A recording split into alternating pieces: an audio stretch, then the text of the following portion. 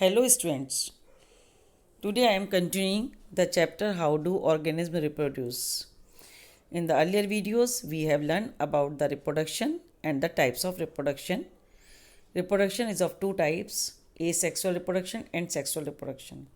Asexual reproduction in which a single parent is needed and no gamete formation. इसमें कोई gametes नहीं बनते हैं बल्कि जो बॉडी है मदर की वो टू पार्ट्स में डिवाइड हो जाती है एंड टू पेरेंटमी भी बन जाते हैं. ठीक है. Next today we will asexual reproduction कई टाइप के होते हैं जैसे कि fission, budding, regeneration, fragmentation and others. Today we will study fission और बडिंग. हम पहली वीडियो में पढ़ चुके हैं.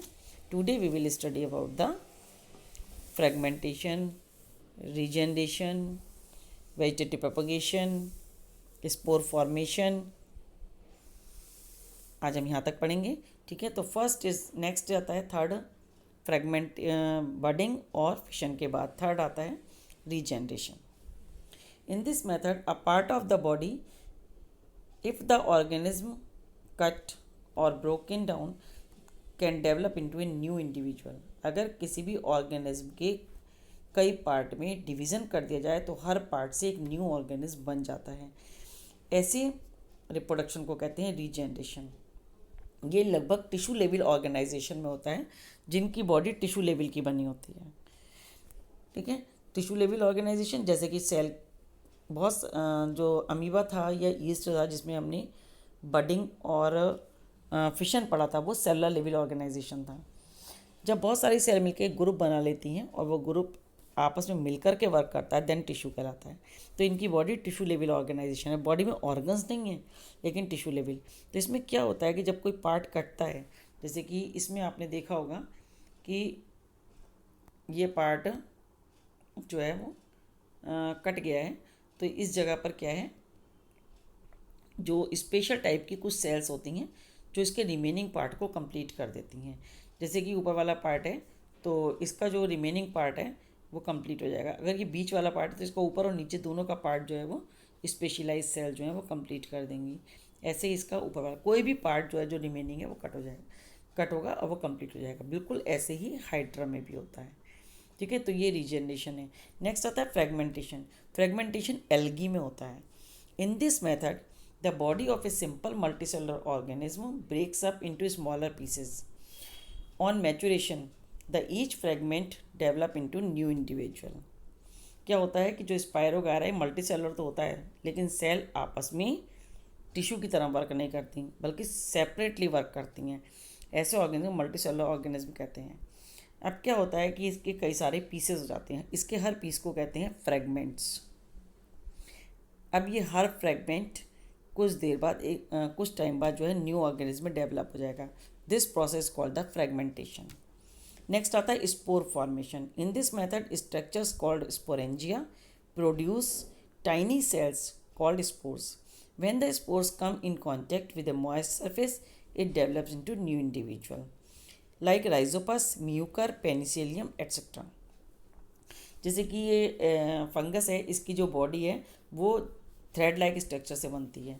This thread like structure is called the hyphae. Thread like structure के जो अपर पार्ट पर स्वेलन पार्ट होता है और this swollen part is called the sporangia. इन स्पोरेंजिया के अंदर टाइनी स्ट्रक्चर्स बनते हैं. These are called the spores. और ये स्पोर्स जब ये स्पोरेंजिया बस्ट हो जाता है तो नीचे बिखर जाती हैं और इनसे फिर से क्या होता है, नए राइजोपस बन जाएगा, नया म्यूकर बन जाएगा. तो इस तरीके से रिप्रोडक्शन करते हैं. नेक्स्ट आता है वेजिटेटिव प्रोपगेशन. वेजिटेटिव प्रोपगेशन होता है asexual reproduction in plants.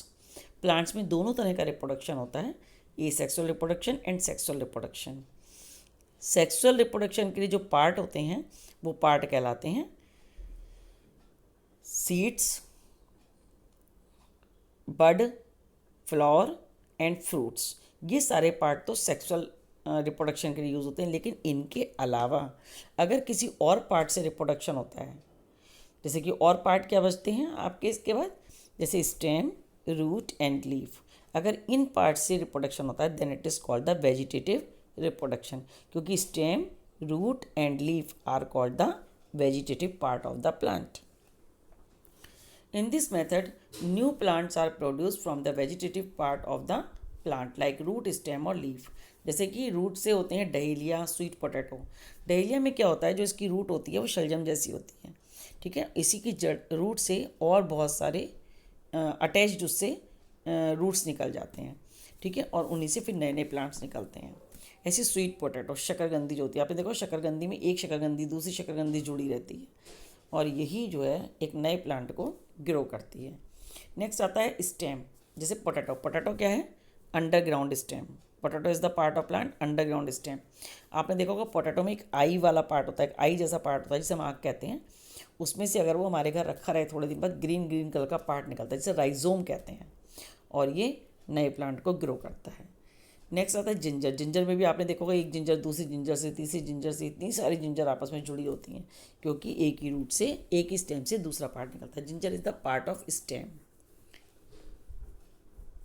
From leaf, leaf में आपको जैसे ये एक ब्रायोफिलम और बिगोनिया नज़र आ रहा है, ठीक है, ये ब्रायोफिलम है। तो ब्रायोफिलम में इस तरह के कट लिखते हैं, जैसे इसमें कट दिख रहा है ना इस तरह से लीफ में।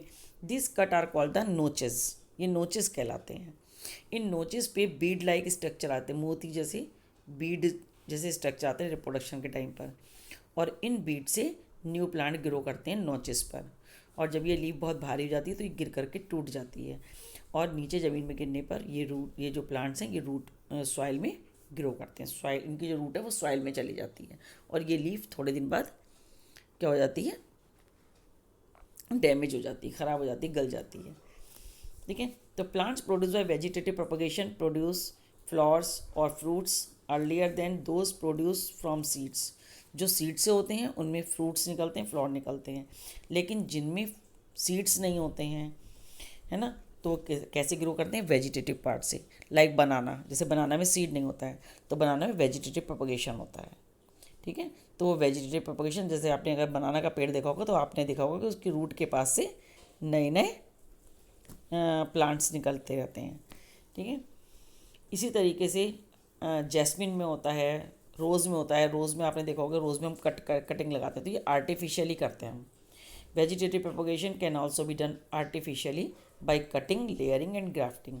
कटिंग क्या होता है, जैसे कि रोज़ के हम एक स्टेम का पार्ट कट कर लेंगे, और उसमें जो नोड होती है उसका एक नोड हम ज़मीन में दबा देंगे और एक नोड ऊपर होना चाहिए। तो जो नीचे दब जाता है उस नोड से तो रूट निकल आती है, और जो ऊपर पार्ट होता है उससे लीव्स निकलती हैं। तो इस तरीके से इसमें कटिंग के थ्रू होता है। नेक्स्ट आता है लेयरिंग। लेयरिंग में क्या करते हैं कि जो जैसे लेमन प्लांट है या जैस्मिन है, तो वो कम हाइट पर ही उसकी ब्रांचेस होती हैं, तो उसकी किसी भी एक ब्रांच को पकड़ के हम ज़मीन में दबा देते हैं, और प्लांट से भी जुड़ा रहता है वो, और उसमें एक क्लिप लगा देते हैं जिससे वो निकले ना बाहर। तो थोड़े दिन बाद क्या होगा, जिस जगह हमने नीचे दबाई है वहाँ से रूट निकल आएंगी, ठीक है, और वो प्लांट सेल्फ डिपेंड हो जाएगा। फिर हम उसको क्या करेंगे, मेन प्लांट से अलग कर देंगे और कहीं और ग्रो कर देंगे। तो इसको लेयरिंग कहते हैं।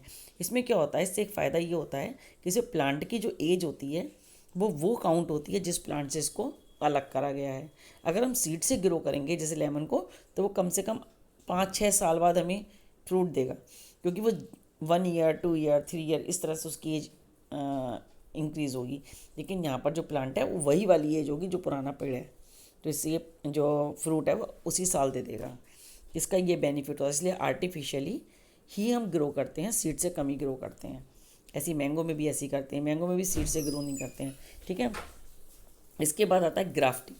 ग्राफ्टिंग में क्या करते हैं, जैसे कि कोई प्लांट सपोज़ करो हमारे घर में मैंगो का लगा है, या कोई और प्लांट लगा है, या रोज़ का लगा है, हमें वो रोज़ का प्लांट नहीं चाहिए, हमें चाहिए कि इसमें हम दूसरे कलर का फूल निकले। तो क्या करते हैं कि उसको जड़ से, जो ज़मीन से है, ज़मीन से थोड़ा ऊपर कट कर देते हैं, जड़ उसकी उसी प्लांट की रहेगी, ठीक है। उस पार्ट पर हम दूसरे प्लांट का जो हमें फ्लावर चाहिए उसका कट करेंगे, उसी सरकमफ्रेंस का स्टेम, और उस पर लगा देंगे उसको, और उसके बाद उसकी टेपिंग कर देंगे। जैसे डॉक्टर हमारी 2 बोन को जोड़ करके प्लास्टर चढ़ाता है, बिल्कुल उसी तरीके से हम उसकी टेपिंग कर देंगे। उस टेपिंग करने के बाद हम उसको बिल्कुल हिलाएंगे नहीं, थोड़ा मॉइस्चर लगाएंगे उस पर, ठीक है।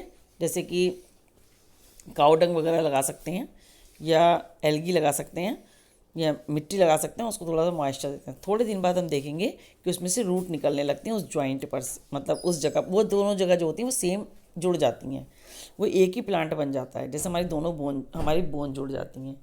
उसके बाद उसमें जो रूट वाला पार्ट है वो स्टॉक कहलाता है, और जो हमने नया प्लांट लगाया है, अटैच करा है, उसको स्क्योन कहते हैं।